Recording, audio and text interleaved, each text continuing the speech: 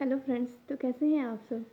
आज इस पूरे चैप्टर का डाइजेशन चैप्टर का लास्ट टॉपिक है disorders of digestive system. Okay, इसके बाद ये पूरा चैप्टर कंप्लीट हो जाएगा। एंड आप जो चैप्टर पढ़ना चाहते हैं वो कमेंट में हमें प्लीज़ बताइएगा कि आप क्या पढ़ना चाहते हैं, आप इसी चीज़ को दोबारा पढ़ना चाहते हैं या फिर जो भी चाहते हो आप प्लीज़ हमें कमेंट में बताइए। मैं पूरी कोशिश करूँगी वो बताने के लिए। ओके, तो आगे देखते हैं। वैसे रेगुलेशन ऑफ डाइजेशन पढ़ाने का प्लानिंग था, बट आप कुछ और चाहते हो तो प्लीज़ कमेंट में बताइए। फ़िलहाल ये देखते हैं एंड चैप्टर को कंप्लीट करते हैं। बहुत सारा वीडियो बन गया है 10-10 मिनट का, बट कोई नहीं, ये पूरा मिला के तो 1-2 घंटे में ख़त्म ही हो जाएगा। ठीक है। डिसऑर्डर्स ऑफ डाइजेस्टिव सिस्टम का डिसऑर्डर्स क्या क्या है, ठीक है, डिसबैलेंसेस क्या क्या होता है, डिजीज क्या क्या होता है, अगर डाइजेस्टिव सिस्टम में कोई भी प्रॉब्लम हो जाए, कमी हो जाए तो क्या क्या होता है। The inflammation of the intestinal tract is the most common element due to bacterial और वायरल इन्फेक्शन। बैक्टीरियल या वायरल इन्फेक्शन के कारण मोस्ट कॉमन एलिमेंट होता है कि इंटेस्टाइनल ट्रैक्ट जो होता है, यानी कि स्मॉल इंटेस्टाइन, लार्ज इंटेस्टाइन, इसका जो पूरा ट्रैक्ट होता है उसका इन्फ्लेमेशन हो जाता है। ठीक है, क्यों होता है? बैक्टीरियल या वायरल इन्फेक्शन की वजह से।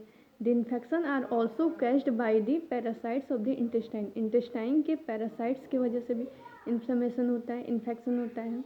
इंटेस्टाइन का पैरासाइट्स जैसे कि कौन कौन है? टैपवर्म है, टीनिया सोलियम राउंड वर्म है, थ्रेड वर्म है, हुक वर्म है और पिन वर्म है। It is jaundice. अब देखते हैं कौन कौन से डिसऑर्डर्स हैं। ठीक है, jaundice the liver is affected, skin and eyes turn yellow due to the deposits of bile pigments. इसमें जो बाइल पिगमेंट्स है, वेस्ट प्रोडक्ट है, वो एक्सक्रीट आउट नहीं हो पाता है बल्कि उसका डिपोजिशन हो जाता है। ठीक है, वो इकट्ठा होता रहता है और उसके वजह से स्किन एंड आई जो है वो सब येलो येलो होता है। ठीक है, और लिवर अफेक्टेड होता है तभी तो उसका जो बाइल पिगमेंट्स है वो आसानी से एक्सक्रीट आउट नहीं होता है, डिपोजिशन होता है तब स्किन एंड आई येलो हो जाता है। ठीक है, और मैंने एक और चीज़ बताया था, फिशेज का जो भी कलर है वो बाइल पिगमेंट्स के ही वजह से आता है। ठीक है, तो स्किन एंड आई येलो हो जाता है जॉइंटिस में। दूसरा है vomiting. It is the ejection of stomach contents through the mouth के थ्रू स्टमक कंटेंट्स का इजेक्शन होता है। ठीक है, बाहर निकल आता है। ये प्रोसेस जो है इनवॉलंटरी होता है, इंडिपेंडेंट ऑफ मी, हमारे ऊपर डिपेंड नहीं होता है। This reflex action is controlled by the vomit centre in the medulla. और ये रिफ्लेक्स एक्शन जो है मेडुला, जो हमारे ब्रेन में मेडुला होता है उसमें वोमिट सेंटर जो होता है उसके द्वारा कंट्रोल्ड होता है।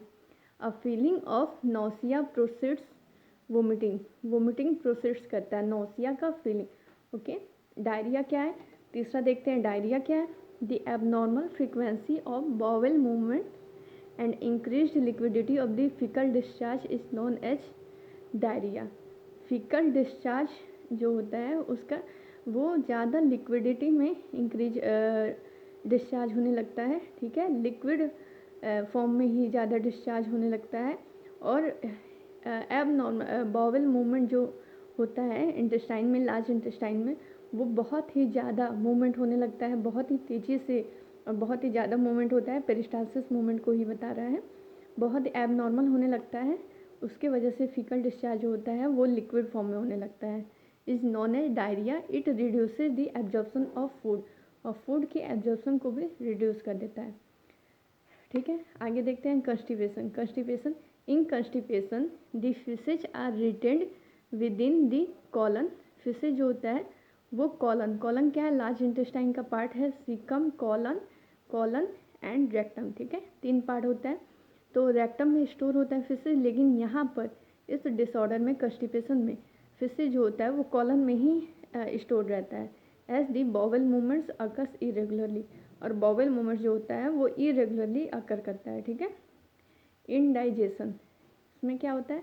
In this condition the food is not properly digested leading to a feeling of fullness. इस डिसऑर्डर्स में भी फूड जो है वो प्रॉपरली डाइजेशन नहीं होता है। ठीक है, the cause of indigestion indigestion यानी कि प्रॉपरली डाइजेशन नहीं होता है।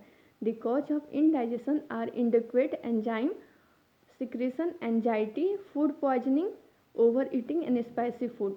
और अच्छा, आसानी से या प्रॉपरली डाइजेशन क्यों नहीं हो पाता है? क्योंकि एंजाइम का कुछ कमी रह जाता है, एंजाइम सिक्रेशन अच्छे से नहीं होता है, एंजाइटी होता है, या फिर फूड पॉइजनिंग अगर इंसान को हो जाए तो भी अच्छे से डाइजेशन नहीं हो पाएगा, ओवर ईटिंग हो जाए, ज़्यादा खाना खा लिया जाए तो भी नहीं हो पाएगा, स्पाइसी फूड हो जाए तो भी नहीं हो पाएगा। ठीक है, तो ये सब मेनली डिसऑर्डर हुए, jaundice, vomiting, diarrhoea, constipation, indigestion. ठीक है, इसके बाद क्या पढ़ाना है आप कमेंट में बताइए, या फिर रेगुलेशन ऑफ डाइजेशन स्टार्ट करते हैं। ठीक है, ओके, थैंक यू।